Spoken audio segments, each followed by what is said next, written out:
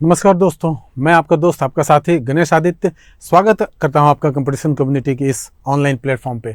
दोस्तों ध्यान रखिएगा, हम जो अभी आधुनिक भारत का जो इतिहास पढ़ रहे हैं उस इतिहास में शिक्षा का विकास जो है एक महत्वपूर्ण भूमिका अदा करता है। ध्यान रखिएगा, हम अक्सर चर्चा करते हैं कि भारत में ब्रिटिशर्स आए तो भारत में ब्रिटिशर्स के आने पे क्या प्रभाव पड़ा। तो इसको हम दो तरीके से बांटते हैं, पहला सकारात्मक और नकारात्मक। ठीक है, तो सकारात्मक अगर दृष्टि से देखा जाए तो भारत में ब्रिटिश ईस्ट इंडिया कंपनी के आने के बहुत सारे फायदे हुए। वहाँ से भारत आए तो ध्यान रखिए उन्होंने भारत के सामाजिक, आर्थिक, राजनीतिक हर स्तर से प्रभावित किया। हालांकि आर्थिक स्तर से उन्होंने बहुत ज़्यादा नेगेटिवली प्रभावित किया। ध्यान रखिएगा, ठीक है। आपके क्या कहना चाहिए, भारत को हम क्या कहते थे, सोने की चिड़िया कहते थे। और इस सोने की चिड़िया की लूट खसोट की नीति ब्रिटिशर्स द्वारा प्रारंभ की गई।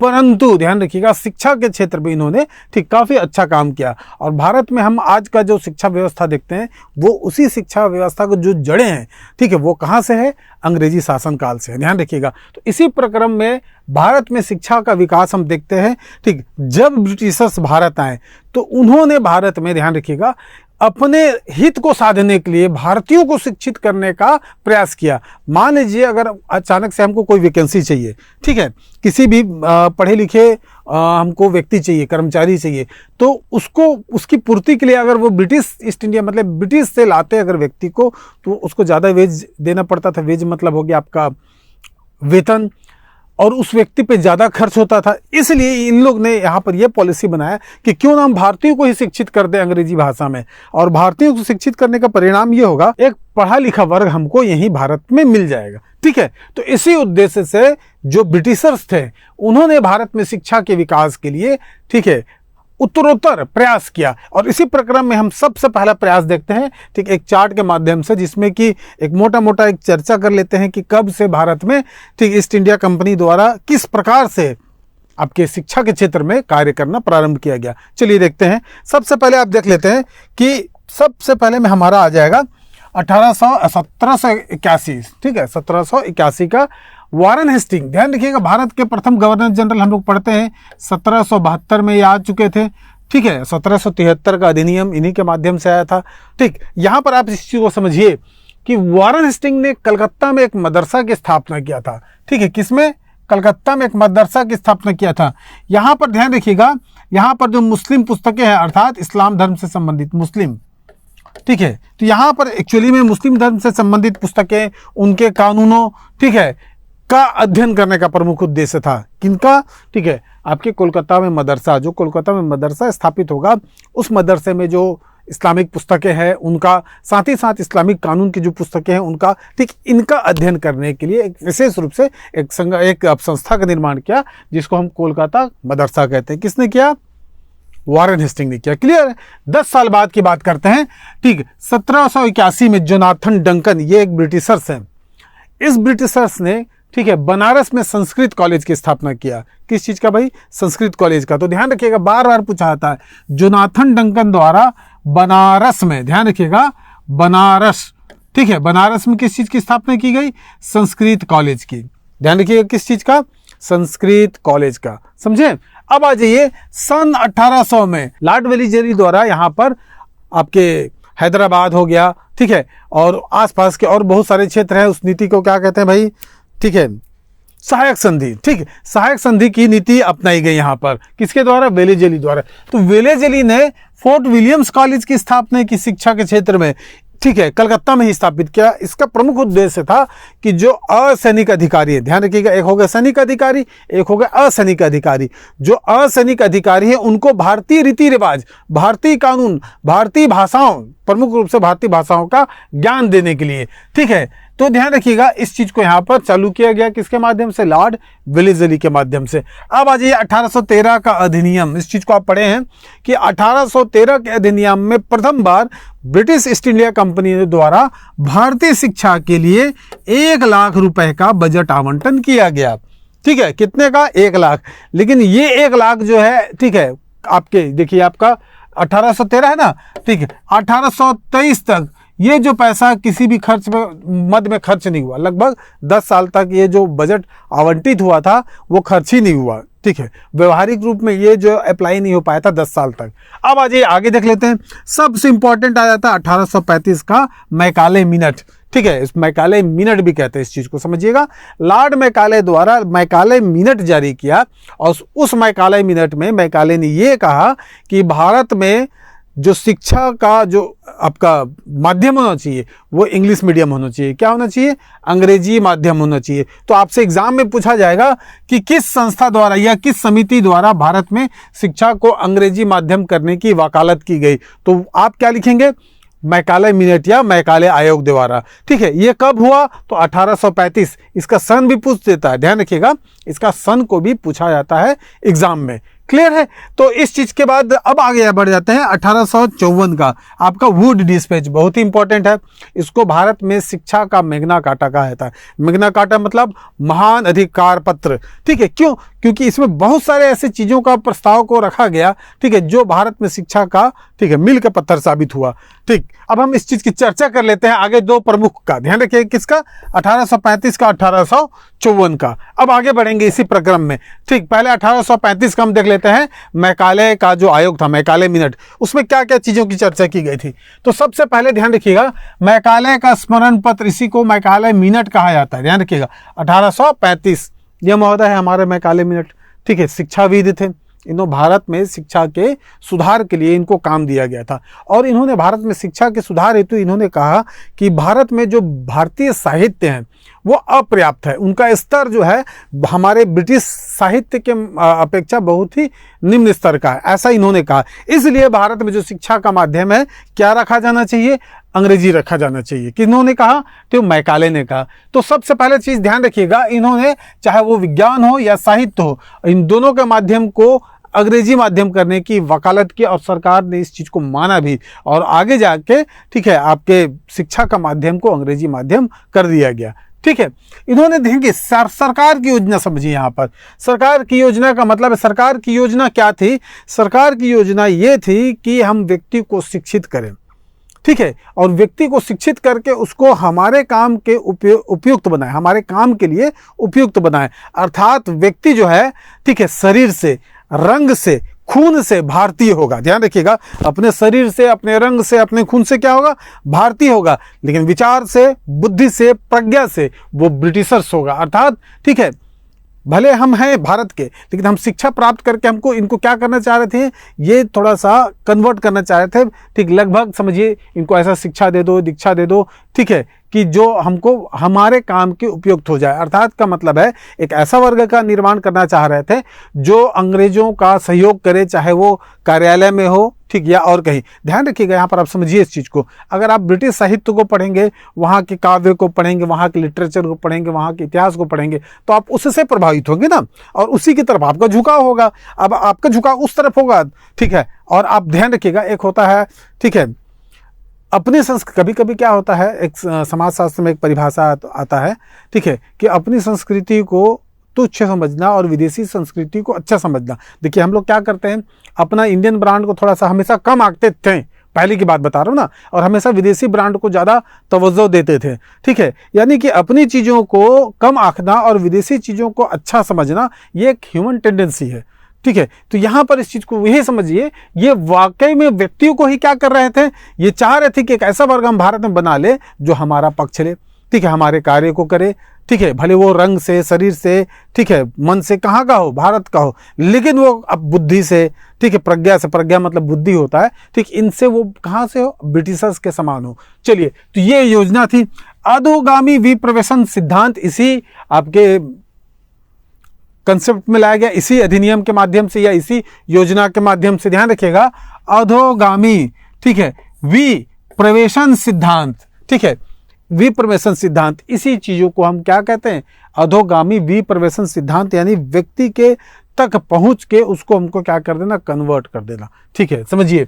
ठीक, एक अगला उद्देश्य ये था कि इंटरप्रेटर के रूप में, इंटरप्रेटर मतलब समझिए, ठीक है, द्विभाषी के रूप में, द्विभाषीय भारत में ये अंग्रेजी शिक्षा को इसलिए तवज्जो देना चाहते थे, इसलिए प्राथमिकता देना चाहते थे क्योंकि ये चाहते थे कि भारत में एक ऐसा वर्ग हो जो द्विभाषी अर्थात अपने रीजनल अर्थात क्षेत्रीय भाषा का ज्ञान तो रखे, साथ ही साथ अंग्रेजी भाषा का ज्ञान रखे। यानी कि ये क्या करें, इंटरप्रेटर, यानी कि अब कभी भी हम बातचीत करना हो तो इन्हीं के माध्यम से चीज़ें होता क्या था कि पहले संचार में दिक्कत होता था। भारतीय जो ब्रिटिशर्स से मिलते थे तो एक दूसरे को बात को दोनों नहीं समझ पाते थे। तो यहाँ पर कुछ पढ़े लिखे लोग होते थे जो आपको इंग्लिश का ज्ञान रखते थे, वो इंटरप्रेटर के रूप में आते थे, मध्यस्थ के रूप में आते थे और चीज़ों को समझाते थे। तो यही चीज़ें यहाँ पर ये बता रहा है कि हमको एक ऐसा वर्ग बनाना चाहिए जो द्विभाषीय हो, ठीक, जो हमारी भाषा को कन्वे कर दे दूसरी भाषा में और उनकी भाषा को कन्वे कर दे हमारी भाषा में, या कन्वर्ट कर दे। ये समझिए, कन्वे मतलब प्रसार होता है,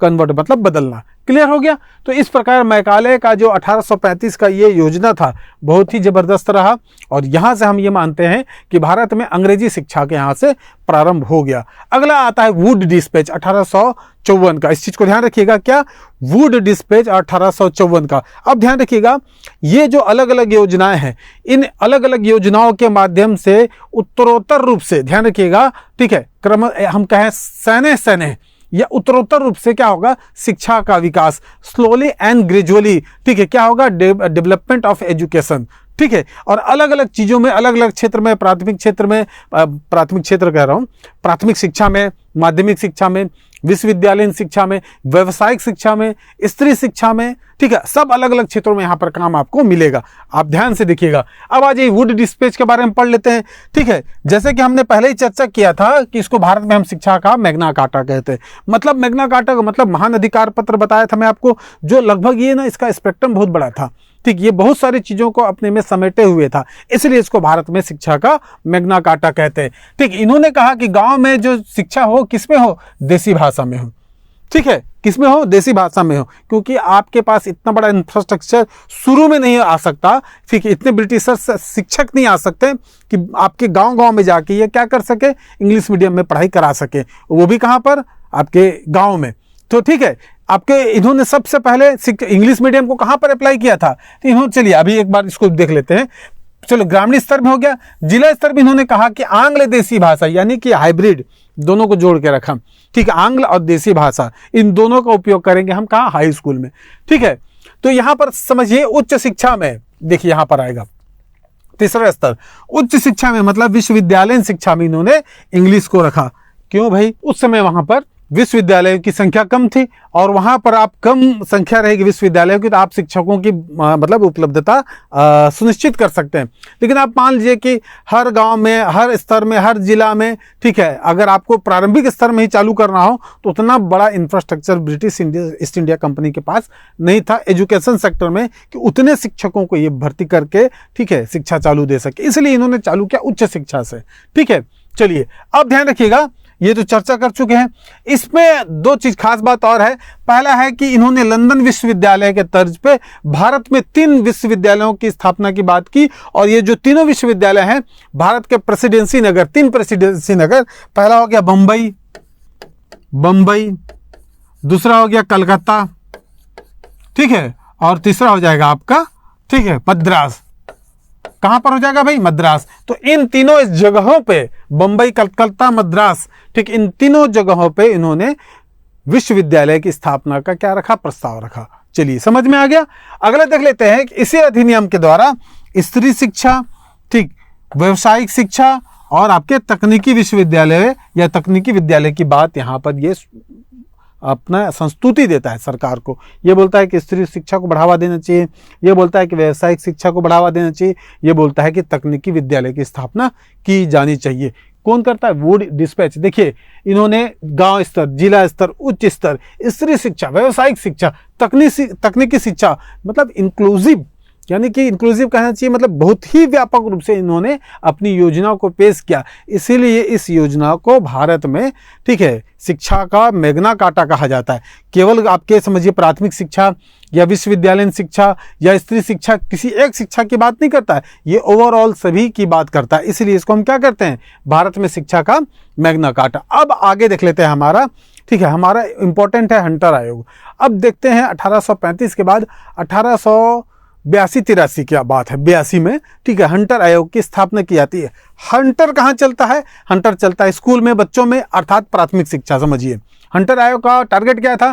प्राथमिक शिक्षा के संबंध में क्या करना? संस्तुति देना। ठीक है, हंटर मतलब समझिए, हम लोग को छड़ी कब पढ़ता था भाई? बचपन में बहुत छड़ी पढ़ा था। ठीक है, उसी को आप याद कीजिए, छड़ी से याद रखिए। हंटर आयोग अर्थात प्राथमिक शिक्षा। ठीक, अब आइए इसके बारे में देखते हैं, प्राथमिक शिक्षा में क्या करते हैं हंटर आयोग।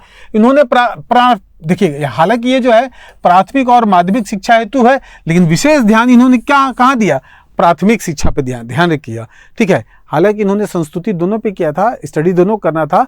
इन्होंने कहा भाई आप विश्वविद्यालय स्तर की शिक्षा को सुधारोगे। कैसे सुधारोगे? जब आपका मध्यकालीन शिक्षा का स्तर सुधरेगा।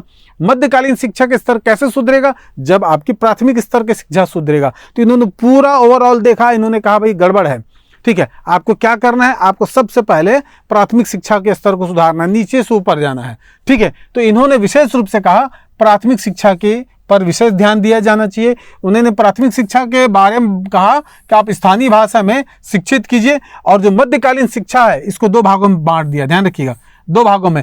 इन्होंने कहा कि कुछ बच्चे होते हैं जो एडवांस होते हैं, पढ़ने लिखने में अच्छे होते हैं, और कुछ होते हैं एवरेज, जो एकेडमिक रूप से कमजोर होते हैं। इन्होंने कहा कि कुछ लोग ऐसे होते हैं जो साहित्यिक क्षेत्र में आगे जाना चाहते हैं, पढ़े लिखे रहते हैं, अच्छे स्टूडेंट रहते हैं, उनको आप विश्वविद्यालय शिक्षा दीजिए, साहित्यिक शिक्षा दीजिए। ठीक है, आगे जाके ध्यान रखिएगा, माध्यमिक से ही टारगेट बना रहे हैं ना कि कुछ बच्चे जो है साहित्यिक क्षेत्र में जाएंगे और आगे जाके उच्च शिक्षा ग्रहण करेंगे, अर्थात विश्वविद्यालयीन शिक्षा, यूनिवर्सिटी में जाके। दूसरा है व्यवहारिक, अर्थात कुछ लोग ऐसे होते हैं जो पढ़ने में थोड़ा सा उनसे कम रहते हैं, और ऐसे लोगों को हमको क्या करना चाहिए? ठीक है, हमको ऐसे लोगों को व्यवहारिक शिक्षा देना चाहिए, अर्थात व्यवसायिक शिक्षा देना चाहिए। तो यहाँ पर व्यवसायिक शिक्षा की बात करता है कौन? हंटर आयोग। ठीक है, क्योंकि ये देखिए, अभी इतना बड़ा इंफ्रास्ट्रक्चर नहीं बन गया था कि बहुत ज़्यादा लोगों को भारत में ये क्या कर सके? शिक्षा दीक्षा दे सके। ठीक है, इसलिए प्राथमिक स्तर में स्थानीय भाषाओं की बात कर रहे हैं। यहाँ पर भी ध्यान रखिएगा, सीमित संख्या में स्कूल कॉलेज हैं इंग्लिश मीडियम में, और सीमित संख्या में सीमित टीचर्स हैं। तो उसी के स्तर पे ध्यान रखिएगा, ये चाह रहे हैं कि जो पढ़ने में आपके मीडियम स्तर पे या निम्न स्तर पे, उनको हम क्या करें? ना पढ़ाएं, ऐसी बात तो नहीं कर सकते ना। ठीक है, हम क्या करेंगे? उनको व्यवसायिक शिक्षा देंगे। क्या देंगे? व्यवसायिक शिक्षा। तो इस प्रकार ये अधिनियम भी आपका महत्वपूर्ण है। हंटर आयोग के बारे में आपसे पूछेगा। ठीक है, आयोग कमीशन की बात नहीं है, शिक्षा के संबंध में। ठीक है, ध्यान रखिएगा। तो आपको यहाँ पर प्राथमिक शिक्षा के चीज को विशेष रूप से ध्यान देना है। अगला देख लेते हैं। ठीक है, हमारा 1904 का अधिनियम। ठीक है, आपको इसको 2-3 तरीके से प्रश्न यही से पूछेगा। पहला पूछेगा 1904 का, ठीक है, अधिनियम किस क्षेत्र में था? ठीक, तो आपको बताना पड़ेगा ये भारतीय विश्वविद्यालय अधिनियम था। क्या था भाई? भारतीय विश्वविद्यालय अधिनियम था। ठीक है, इसके अध्यक्ष कौन थे? तो इसके अध्यक्ष सर टॉमस रो थे। इसके अध्यक्ष कौन थे? Sir Thomas Roe. क्लियर है? अब समझिएगा, कभी कभी ऐसा पूछता है 1904 का भारतीय अधिनियम या 1904 का अधिनियम भारतीय शिक्षा हेतु किस शिक्षा के लिए था? मतलब प्राथमिक शिक्षा, माध्यमिक शिक्षा, विश्वविद्यालय शिक्षा या व्यावसायिक शिक्षा। तो 1904 को आपको समझना है कि ये विश्वविद्यालय शिक्षा में सुधार हेतु था।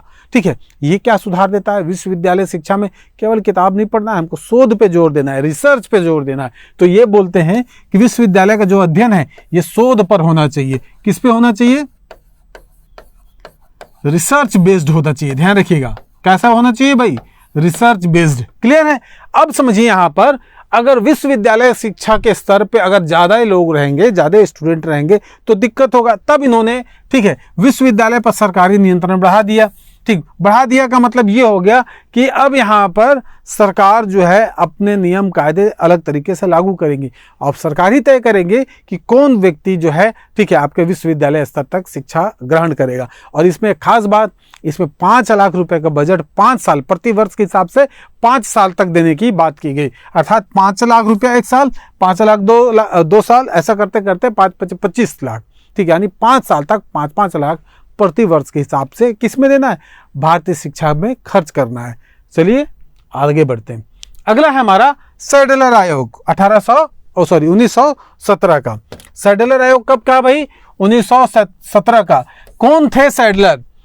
ठीक है। सैडलर जो थे आपके ये लीड्स विश्वविद्यालय अर्थात जो ब्रिटेन का जो लीड्स विश्वविद्यालय है उसके वो कुलपति थे। तो इनको ये काम दिया गया कि भारतीय शिक्षा में आप विशेष रूप से कलकत्ता विश्वविद्यालय के बारे में आप क्या करिए, रिपोर्ट बनाइए।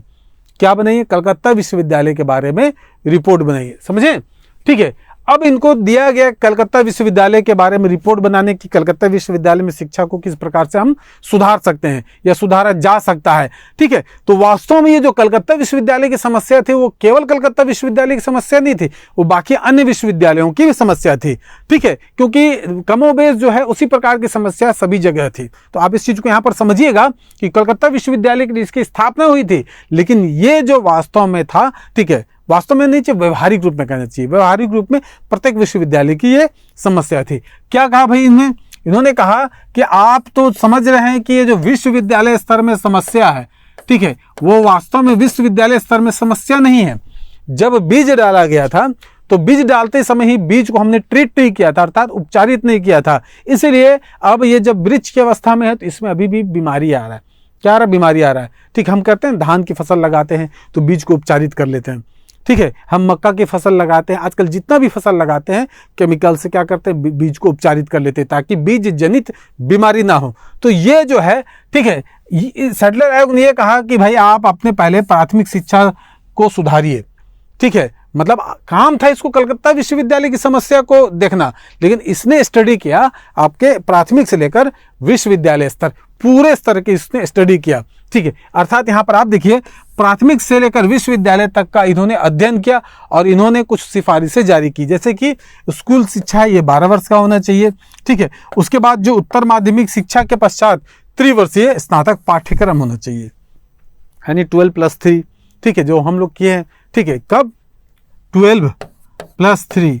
ठीक है, अर्थात 12 साल का आपका शिक्षा होना चाहिए। ठीक, कौन सा? स्कूली शिक्षा, और 12 साल के बाद त्रिवर्षीय स्नातक कार्यक्रम होना चाहिए। ये किसका सिफारिश था? सैडलर आयोग का सिफारिश था। क्लियर है? चलिए आगे बढ़ते हैं भाई, अगला पॉइंट हम देख लेते हैं। अगला है हमारा हारगोट समिति। ध्यान रखिएगा, हारगोट समिति। अब यहां पर समझिए, देखिए हर एक समिति का कुछ ना कुछ टारगेट अवश्य रहा है। ठीक, कोई भी समिति जो है, ठीक, सभी चीजों पे नहीं काम किया है, केवल आपके मैग्ना कार्टा वाला को लेके। यहां पर ध्यान रखिएगा, यहां पर ये क्या कह रहे हैं, प्राथमिक शिक्षा पे इन्होंने महत्व दिया था। किसने? हारगोट समिति। और इससे पहले किसने दिया था भाई? ठीक है, आपका हंटर कमेटी। ध्यान रखिएगा, हंटर समिति ने। ठीक है, क्या कहा इन्होंने? कहा कि कुछ बच्चे ऐसे होते हैं, ठीक, जो आपके देख, मैं आपको बता रहा हूँ, थोड़ा सा पीछे आता हूँ। ठीक, आपको मैं बता दूं, एक होता है सामान्य विद्यार्थी, सामान्य। ठीक, एक होता है, ठीक है, जो अधिक नंबर लाता है, यानी पढ़ाकू कहना चाहिए, सामान्य शब्दों में पढ़ाकू, समझे? तो ये ना स्टूडेंट को कैटेगरी में बांट दे रहे हैं कि हमको सबको नहीं पढ़ा सकते ना भाई, आपके विश्वविद्यालय स्तर की शिक्षा नहीं दे सकते। तो ये बोल रहे हैं कि कुछ ऐसे समर्पित विद्यार्थी होंगे, स्पेशल विद्यार्थी, ठीक है, जिनको हम उत्तर माध्यमिक शिक्षा की ओर आगे बढ़ाएंगे, प्राइमरी से लेकर उत्तर माध्यमिक। ठीक है, दूसरा है कुछ होते हैं सामान्य विद्यार्थी। ठीक है, इनको हम 8वीं शिक्षा तक पढ़ाने के बाद क्या करेंगे, सीधा व्यावसायिक शिक्षा में लगा देंगे। मतलब यहाँ से दो अलग अलग लाइन चल रहा है। उन्हीं में से जो, ठीक है, पढ़ने लिखने वाले ठीक ठाक स्टूडेंट होंगे उसको हम उत्तर माध्यमिक शिक्षा देंगे, और वहीं से हम, ठीक, कुछ ऐसे बच्चे होंगे जिनको 8वीं के बाद हम व्यावसायिक शिक्षा देंगे। ठीक है, तो आपको हारगोट कमेटी भी ध्यान रखिएगा, आपके सामान्य विद्यार्थी और विशेष विद्यार्थियों में भेद करता है, और करना भी चाहिए। ठीक है, क्यों करना चाहिए भाई? अंतिम रूप से तो शिक्षा का उद्देश्य केवल शिक्षा प्राप्त नहीं करना है भाई। ठीक है, अगर मान लीजिए कोई व्यक्ति जो है, अगर वो पढ़ाई लिखाई में उसका मन नहीं लग रहा है, ठीक है, या कहना चाहिए पढ़ाई के क्षेत्र में वो आगे नहीं बढ़ पा रहा है, साहित्यिक क्षेत्र में, तो वो क्या करे भाई? अपने व्यावसायिक क्षेत्रों को अपना ले, अर्थात वो टेक्निकल एजुकेशन प्राप्त कर ले, कंप्यूटर पढ़ ले, ठीक है, मैकेनिक वाले काम को कर ले, ठीक, IIT कर ले जो वर्तमान में है, ठीक, IIT ITI, ठीक है, जो प्रारंभिक रूप में ITI होता है, ठीक, इस प्रकार की चीजें करें। तो ध्यान रखिएगा, माध्यमिक शिक्षा और व्यावसायिक शिक्षा की बात यहाँ पर फिर से करता है। और एक और चीज, ये विश्वविद्यालय में प्रवेश के संबंधी नियम को कड़े कर देता है। कौन? हारगोट कमेटी। ठीक है, हारगोट कमेटी जो है, ठीक, विश्वविद्यालय में प्रवेश के नियम को बहुत ही कड़ा कर देता है। इसलिए आपके यहाँ पर, ठीक, विरोध भी होता है। क्यों? क्योंकि इसकी वजह से बहुत सारे जो पढ़े लिखे विद्यार्थी हैं उनको प्रवेश पाने में भी दिक्कत हो रही थी। चलिए अब हम पढ़ते हैं मूल शिक्षा की वर्धा पॉलिसी, ध्यान रखिएगा, महात्मा गांधी ने वर्धा के जो आपका कार्य समिति था, उस समिति में मूल शिक्षा की बात की थी। मूल शिक्षा क्या? कार्य आधारित शिक्षा, ध्यान रखिएगा, ठीक। तो ये था आपका 1937 का, समझिए कब का? 1937 का। लेकिन इसी चीज को अप्लाई करने के लिए एक कमेटी बनाया गया और उस कमेटी के अध्यक्ष कौन थे? जाकिर हुसैन, ध्यान रखिएगा ना। और इन्होंने क्या उद्देश्य के साथ काम किया कि कोई भी शिक्षा होगा वो गतिविधि के आधारित होगा, ठीक है। कैसा होगा? गतिविधि आधारित, ऐसा नहीं कि थ्योरेटिकल नहीं होगा, प्रैक्टिकल होगा, अर्थात गतिविधि के माध्यम से हम क्या करेंगे? शिक्षा प्राप्त करना, ठीक है। और ये जो चीजें हैं, मूल शिक्षा की बात अगर आपसे पूछेगा, मूल शिक्षा की अवधारणा किसने दिया, तो आपको बताना है कि महात्मा गांधी ने दिया। किसने दिया? महात्मा गांधी ने। तो यहाँ पर ध्यान रखिएगा, पाठ्यक्रम का आधार जो है वो क्या था? दस्तकारी को शामिल किया गया। दस्तकारी मतलब दस्तों का निर्माण करना, हैंडीक्राफ्ट का निर्माण करना, ठीक है। किसके आधार पे? महात्मा गांधी, ठीक। समिति के अध्यक्ष कौन थे? जाकिर हुसैन। चलिए, इन्होंने कैटेगरी बांटा कि प्रथम से लेकर यानी 1 से लेकर 7वीं तक जो है वो निःशुल्क शिक्षा दी जाएगी, ठीक। देखिए, वर्धा योजना में पहली बार निःशुल्क शिक्षा की बात की। पहला क्लास से लेकर 7वीं क्लास तक क्या होना चाहिए?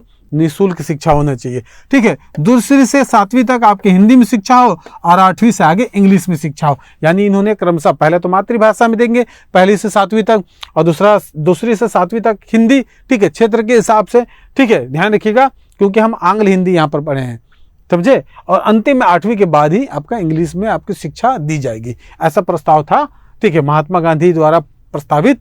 कौन सा? मूल शिक्षा वर्धा परियोजना का, ठीक है। चलिए, अब अगला देख लेते हैं। अगला है हमारा सार्जेंट आयोग, ठीक है, सार्जेंट योजना। यह था 1944 का, लगभग भारत के आजाद होने से कुछ समय पहले का, ठीक है।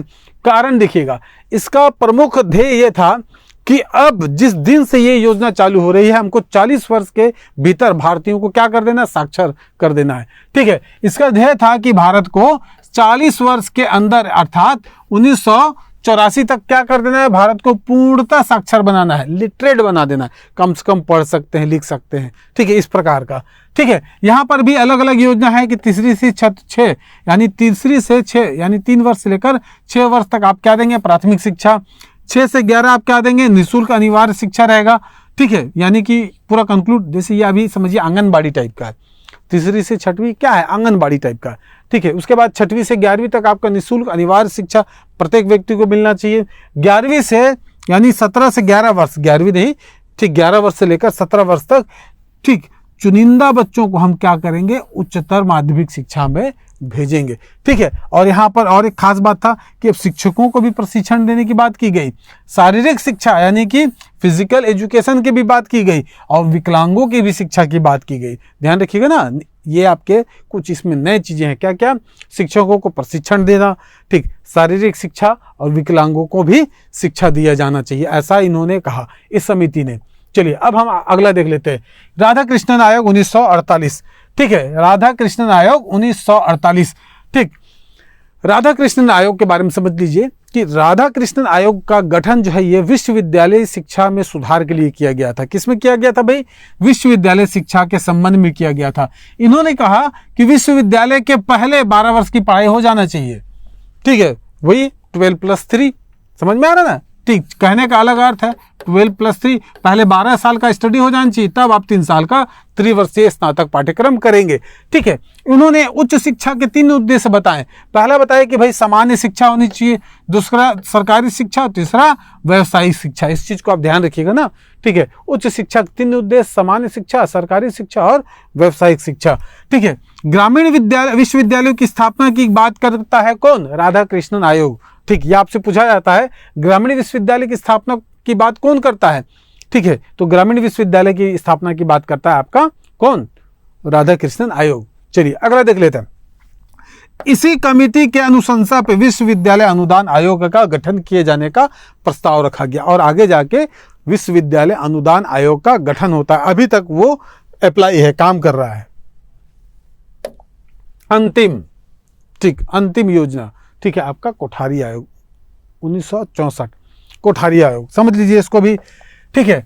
ये बोलते हैं आपको जो निःशुल्क शिक्षा है, ठीक, जो आपके, ठीक है, कब तक था? 7 वर्ष तक था, ठीक। देखिए यहाँ पर था ना भाई, यहाँ इस वाले में कहाँ तक था?